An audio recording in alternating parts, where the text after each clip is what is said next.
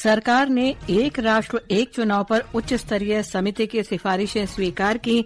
मंत्रिमंडल ने जनजातीय समुदायों की सामाजिक आर्थिक स्थिति में सुधार के लिए प्रधानमंत्री जनजातीय उन्नत ग्राम अभियान को मंजूरी दी। केंद्र ने जैव प्रौद्योगिकी में अत्याधुनिक अनुसंधान और विकास का समर्थन करने के लिए बायोराइड योजना, चंद्रयान 4 और वीनस मिशन को भी मंजूरी दी। जम्मू कश्मीर के 24 निर्वाचन क्षेत्रों में विधानसभा चुनाव के पहले चरण का मतदान शांतिपूर्ण संपन्न। पिछले 35 वर्षों में सर्वाधिक मतदान हुआ। वित्त मंत्री निर्मला सीतारामन ने बाल बचत के लिए एनपीएस वात्सल्य योजना शुरू की। और मालविका बंसोड ने चांगझू में चाइना ओपन बैडमिंटन टूर्नामेंट के महिला सिंगल्स के पहले दौर में दुनिया की 7वें नंबर की खिलाड़ी ग्रेगोरिया तुंजुंग को हराया। समाचार संध्या के साथ मैं लवली निगम। सरकार ने एक राष्ट्र एक चुनाव के लिए गठित उच्च स्तरीय समिति की सिफारिशों को स्वीकार कर लिया है। केंद्रीय मंत्रिमंडल की बैठक के बाद आज नई दिल्ली में संवाददाताओं से बातचीत में सूचना और प्रसारण मंत्री अश्विनी वैष्णव ने कहा कि पूर्व राष्ट्रपति रामनाथ कोविंद की अध्यक्षता में गठित समिति ने राजनीतिक दलों और विशेषज्ञों सहित हितधारकों के साथ व्यापक विचार विमर्श किया। उन्होंने कहा कि इसे 2 चरणों में लागू किया जाएगा। एनडीए सरकार की कैबिनेट ने आज सर्वसम्मति से इन रिकमेंडेशंस को एक्सेप्ट किया और फर्स्ट फेज में लोकसभा और असेंबलीज के इलेक्शंस को साइमल्टेनियस कराने का प्रयास होगा और सेकेंड फेज में लोकल बॉडी इलेक्शंस को with in 100 days of general elections में करवाना, जिससे कि एक बार में सारे इलेक्शन का प्रोसेस कंप्लीट हो और फिर 5 साल तक सबके सब मेहनत करके देश के निर्माण में लगे। श्री वैष्णव ने बताया कि सरकार ने 79,156 करोड़ रुपए के परिव्यय के साथ प्रधानमंत्री जनजातीय उन्नत ग्राम अभियान को भी स्वीकृति दी है। उन्होंने कहा कि इसके अंतर्गत लगभग 63,000 गांवों को शामिल किया जाएगा और इससे 5 करोड़ से अधिक जनजातीय लोगों को लाभ होगा। ये अभियान 30 राज्यों और केंद्र शासित प्रदेशों के 549 जिलों और 2,740 प्रखंडों के सभी जनजातीय बहुल गांवों को कवर करेगा। इसमें जो हमारे आदिवासी बहुल गांव हैं, इन सब में पॉपुलेशन को कवरेज किया जाएगा और इसमें हाउसिंग है, रोड है, टैप वाटर है, home stay facility, LPG connection, health and nutrition, education and training, electrification of the village, economic empowerment और कनेक्टिविटी, यानी कॉम्प्रिहेंसिव डेवलपमेंट आदिवासी बहुल गांवों का हो, वो भावना के साथ ये स्कीम आज कैबिनेट में अप्रूव हुई है। श्री वैष्णव ने कहा कि मंत्रिमंडल ने जैव विनिर्माण और बायो फाउंड्री के नए घटकों के साथ जैव प्रौद्योगिकी अनुसंधान, नवाचार और उद्यमिता विकास योजना को भी मंजूरी दी है। उन्होंने कहा कि एकीकृत योजना बायोराइड के कार्यान्वयन के लिए प्रस्तावित परिव्यय 9,197 करोड़ रुपए है। श्री वैष्णव ने बताया कि सरकार ने विज्ञान और प्रौद्योगिकी क्षेत्र को बढ़ावा देने के लिए चंद्रयान 4 मिशन और वीनस ऑर्बिटर मिशन को मंजूरी दी है। उन्होंने कहा कि मंत्रिमंडल ने चंद्रमा पर सफलतापूर्वक लैंडिंग के बाद पृथ्वी पर वापस आने की प्रौद्योगिकी विकसित करने के लिए चंद्र मिशन को स्वीकृति दी है।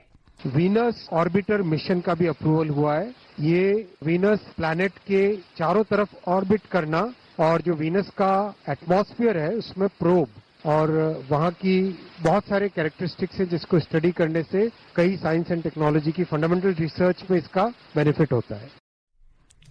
उन्होंने बताया कि शुक्र ग्रह के वातावरण की ज्यादा जानकारी के लिए वीनस ऑर्बिटर मिशन को मंजूरी दी गई है। इस मिशन के मार्च 2028 में शुरू होने की संभावना है। इसके लिए 1,236 करोड़ रुपए की राशि मंजूर की गई है, जिसमें से 824 करोड़ रुपए अंतरिक्ष यान पर खर्च किए जाएंगे। श्री वैष्णव ने बताया कि सरकार ने रबी मौसम 2024-25 के लिए फॉस्फेट और पोटाश उर्वरकों पर पोषक तत्व आधारित सब्सिडी को भी स्वीकृति दी है। इस पर 24,000 करोड़ रुपए से अधिक का व्यय होगा। उन्होंने कहा कि इससे किसानों को किफायती मूल्यों पर उर्वरकों की उपलब्धता सुनिश्चित होगी। श्री वैष्णव ने कहा कि मंत्रिमंडल ने animation, visual effects, gaming, comics और एक्सटेंडेड रियलिटी के लिए एक राष्ट्रीय उत्कृष्टता केंद्र की स्थापना को भी मंजूरी दी है। प्रधानमंत्री नरेंद्र मोदी ने कहा है कि देश में एक साथ चुनाव कराने पर उच्च स्तरीय समिति की सिफारिशों को मंत्रिमंडल द्वारा स्वीकार करना भारतीय लोकतंत्र को और भी जीवंत और सहभागी बनाने की दिशा में महत्वपूर्ण कदम है। सोशल मीडिया पोस्ट में श्री मोदी ने इस प्रयास का नेतृत्व करने और विभिन्न हितधारकों से परामर्श करने के लिए पूर्व राष्ट्रपति रामनाथ कोविंद की सराहना की। प्रधानमंत्री नरेंद्र मोदी शुक्रवार को महाराष्ट्र के वर्धा जाएंगे। श्री मोदी वर्धा में राष्ट्रीय पीएम विश्वकर्मा कार्यक्रम में भाग लेंगे। ये पीएम विश्वकर्मा के अंतर्गत प्रगति के 1 वर्ष का प्रतीक है। कार्यक्रम में श्री मोदी पीएम विश्वकर्मा के लाभार्थियों को प्रमाण पत्र और ऋण जारी करेंगे। प्रधानमंत्री इस अवसर पर एक स्मारक डाक टिकट भी जारी करेंगे। श्री मोदी महाराष्ट्र के अमरावती में पीएम मेगा एकीकृत वस्त्र क्षेत्र और परिधान पीएम मित्र पार्क की आधारशिला रखेंगे। ये समाचार हमारी वेबसाइट www.newsonair.gov.in और हमारे न्यूज ऑन एआईआर ऐप पर भी उपलब्ध हैं। छोटे किसानों की शक्ति, कोऑपरेटिव की शक्ति और भारतीय नस्ले पशुओं की शक्ति मिलकर एक अलग ही ताकत बनती है। इस ताकत को बढ़ाने और डेयरी के विकास में जुटे पशुपालकों, तकनीशियनों व डेयरी सहकारी समितियों को प्रोत्साहित करने के उद्देश्य से पशुपालन एवं डेयरी विभाग दे रहा है राष्ट्रीय गोपाल रत्न अवार्ड, जिसमें इस बार से पूर्वोत्तर क्षेत्र को भी शामिल किया जा रहा है। आवेदन के लिए awards.gov.in पर जाएं या अपने नजदीकी कॉमन सर्विस सेंटर, पशु चिकित्सालय या पशुपालन और डेयरी विभाग से संपर्क करें। आवेदन 30 सितंबर 2024 तक। समाचार संध्या में आपका फिर स्वागत है। जम्मू कश्मीर विधानसभा चुनाव के पहले चरण में लगभग 59% से अधिक मतदान हुआ। केंद्र शासित प्रदेश में पिछले 35 वर्ष में ये सबसे अधिक मतदान है। 7 जिलों पुलवामा, शोपियां, कुलगाम, किश्तवाड़, अनंतनाग, रामबन और डोडा के सभी 24 विधानसभा क्षेत्रों में मतदान शांतिपूर्ण संपन्न हुआ। 24 विधानसभा क्षेत्रों के लिए चुनाव का पहला चरण सफलतापूर्वक संपन्न हुआ। मतदान प्रक्रिया सुबह 7 बजे शुरू हुई और शाम 6 बजे समाप्त हुई। सभी 3276 मतदान केंद्रों पर मतदाताओं की उत्साहजनक भागीदारी देखने को मिली, जिन्होंने अपने मताधिकार का प्रयोग किया। सुचारू और घटना मुक्त चुनाव सुनिश्चित करने के लिए निर्वाचन आयोग ने पर्याप्त सुरक्षा व्यवस्था की थी। आकाशवाणी समाचार के लिए श्रीनगर से मैं सुनील कोल। निर्वाचन आयोग ने कहा है कि युवा और महिला मतदाताओं ने उत्साहपूर्वक वोट डाले। ये जम्मू कश्मीर में लोकतंत्र की गहरी स्वीकार्यता का प्रमाण है। वोट डालने का उत्साह बहिष्कार और हिंसा के खिलाफ मतदान के पक्ष में एक जोरदार प्रतिक्रिया है। मतदान केंद्रों पर मतदाताओं की लंबी कतारें पूरी दुनिया को दिखाती हैं कि जम्मू कश्मीर के लोगों का लोकतांत्रिक प्रक्रिया में गहरा विश्वास है। सभी मतदान केंद्रों पर वेबकास्टिंग के साथ साथ 32 केंद्रीय पर्यवेक्षकों ने चुनाव प्रक्रिया की कड़ी निगरानी की। कश्मीरी प्रवासी मतदाताओं के लिए जम्मू, उधमपुर और दिल्ली में 24 विशेष मतदान केंद्रों पर वोट डालने की व्यवस्था की गई थी। जम्मू कश्मीर विधानसभा चुनावों में पहली बार घर पर मतदान की सुविधा भी शुरू की गई थी। उधर हरियाणा विधानसभा में एक ही चरण में हो रहे चुनाव के लिए प्रचार तेज हो गया है। विभिन्न राजनीतिक दलों के नेता रैलियां कर रहे हैं। कुल 1031 उम्मीदवार मैदान में हैं। सोमवार को नामांकन वापस लेने का अंतिम दिन था। 5 अक्टूबर को मतदान होगा और 8 अक्टूबर को मतगणना होगी। विधानसभा चुनाव की विशेष चुनाव श्रृंखला में आज हम चर्चा करेंगे हरियाणा के लाडवा सीट की।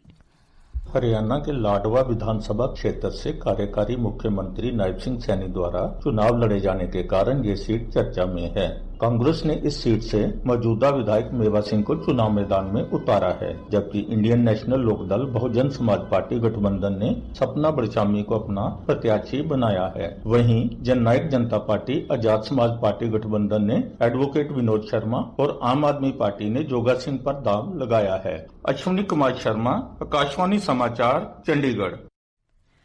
वित्त मंत्री निर्मला सीतारामन ने आज नई दिल्ली में एनपीएस वात्सल्य योजना की शुरुआत की। केंद्रीय बजट 2024-25 में इसकी घोषणा की गई थी। श्रीमती सीतारामन ने कहा कि एनपीएस वात्सल्य योजना में बच्चों के लिए बचत करने पर उच्च रिटर्न का लाभ मिलेगा। उन्होंने कहा कि एनपीएस योजना शुरू से ही अच्छा रिटर्न देती रही है। वित्त मंत्री ने कहा कि सरकारी क्षेत्र के लिए एनपीएस ने शुरुआत से ही औसतन 9.5% चक्रवृद्धि वार्षिक वृद्धि दर से रिटर्न दिया है। उन्होंने सुझाव दिया कि माता पिता और अभिभावकों को अपने नाबालिग बच्चों के लिए एनपीएस वात्सल्य में निवेश करने पर विचार करना चाहिए। एकीकृत पेंशन योजना यूपीएस के बारे में श्रीमती सीतारामन ने कहा कि मंत्रिमंडल ने हाल ही में केंद्र सरकार के कर्मचारियों के लिए इसे मंजूरी दी है। ये योजना अगले वर्ष 1 अप्रैल से प्रभावी होगी। उन्होंने कहा कि इसमें पुरानी पेंशन योजना और नई पेंशन योजना की प्रमुख विशेषताओं को शामिल किया गया है। यह योजना सेवानिवृत्ति के बाद एक सुनिश्चित पेंशन प्रदान करती है। ये समाचार आकाशवाणी से प्रसारित किए जा रहे हैं। नीति आयोग के मुख्य कार्यकारी अधिकारी बीवीआर सुब्रमण्यम ने कहा है कि भारत वर्ष 2030 तक अपनी अर्थव्यवस्था आसानी से दोगुनी कर सकता है। नई दिल्ली में एक कार्यक्रम में श्री सुब्रमण्यम ने कहा कि वर्ष 2047 तक भारत जनसांख्यिकी रूप से दुनिया के सबसे युवा देशों में से एक होगा। उन्होंने कहा कि उस समय भारत की अनुमानित प्रति व्यक्ति आय लगभग $20,000 होगी। उपराष्ट्रपति जगदीप धनखड़ ने पर्यावरण को बचाने के लिए सामूहिक प्रयासों का आह्वान किया है। वे आज गांधीनगर में वैश्विक नवीकरणीय ऊर्जा सम्मेलन के समापन सत्र को संबोधित कर रहे थे। श्री धनखड़ ने कहा कि भारत लगातार विकास कर रहा है और देश में जमीनी स्तर पर बदलाव हो रहे हैं। केंद्रीय इस्पात राज्य मंत्री भूपति राजू श्रीनिवास वर्मा ने आज इस्पात में हरित क्रांति सतत नवाचार विषय पर 2 दिवसीय सम्मेलन का उद्घाटन किया। भूपति राजू श्रीनिवास वर्मा ने इस्पात क्षेत्र में टिकाऊ प्रथाओं और नवाचार के महत्व पर बल दिया। पर्यावरण, वन और जलवायु परिवर्तन मंत्री भूपेंद्र यादव ने कहा है कि विकसित तथा सशक्त समाज के लिए सतत विकास की ओर बढ़ने का समय आ चुका है। वे आज गांधीनगर में नवीकरणीय ऊर्जा निवेश सम्मेलन में भारत के नेट जीरो लक्ष्य पर आयोजित सत्र को संबोधित कर रहे थे। श्री यादव ने कहा कि भारत पेरिस में निर्धारित जलवायु लक्ष्यों को 9 साल पहले ही हासिल करने वाला एकमात्र G20 देश है। 4 दिवसीय वर्ल्ड फूड इंडिया 2024 कल से नई दिल्ली में शुरू होगा। खाद्य प्रसंस्करण उद्योग मंत्रालय ने कहा कि इस आयोजन में 90 से अधिक देश, 26 राज्य और केंद्र शासित प्रदेश तथा 18 केंद्रीय मंत्रालय भाग लेंगे। जापान इसमें भागीदार देश होगा और वियतनाम और ईरान मुख्य देश के रूप में भाग लेंगे। इस कार्यक्रम में खाद्य प्रसंस्करण क्षेत्र में नवाचार, प्रौद्योगिकी और स्थिरता मुख्य बिंदु होंगे। यह आयोजन खाद्य प्रसंस्करण में एक वैश्विक शक्ति के रूप में भारत की उभरती भूमिका को उजागर करने में भी ऐतिहासिक अवसर है।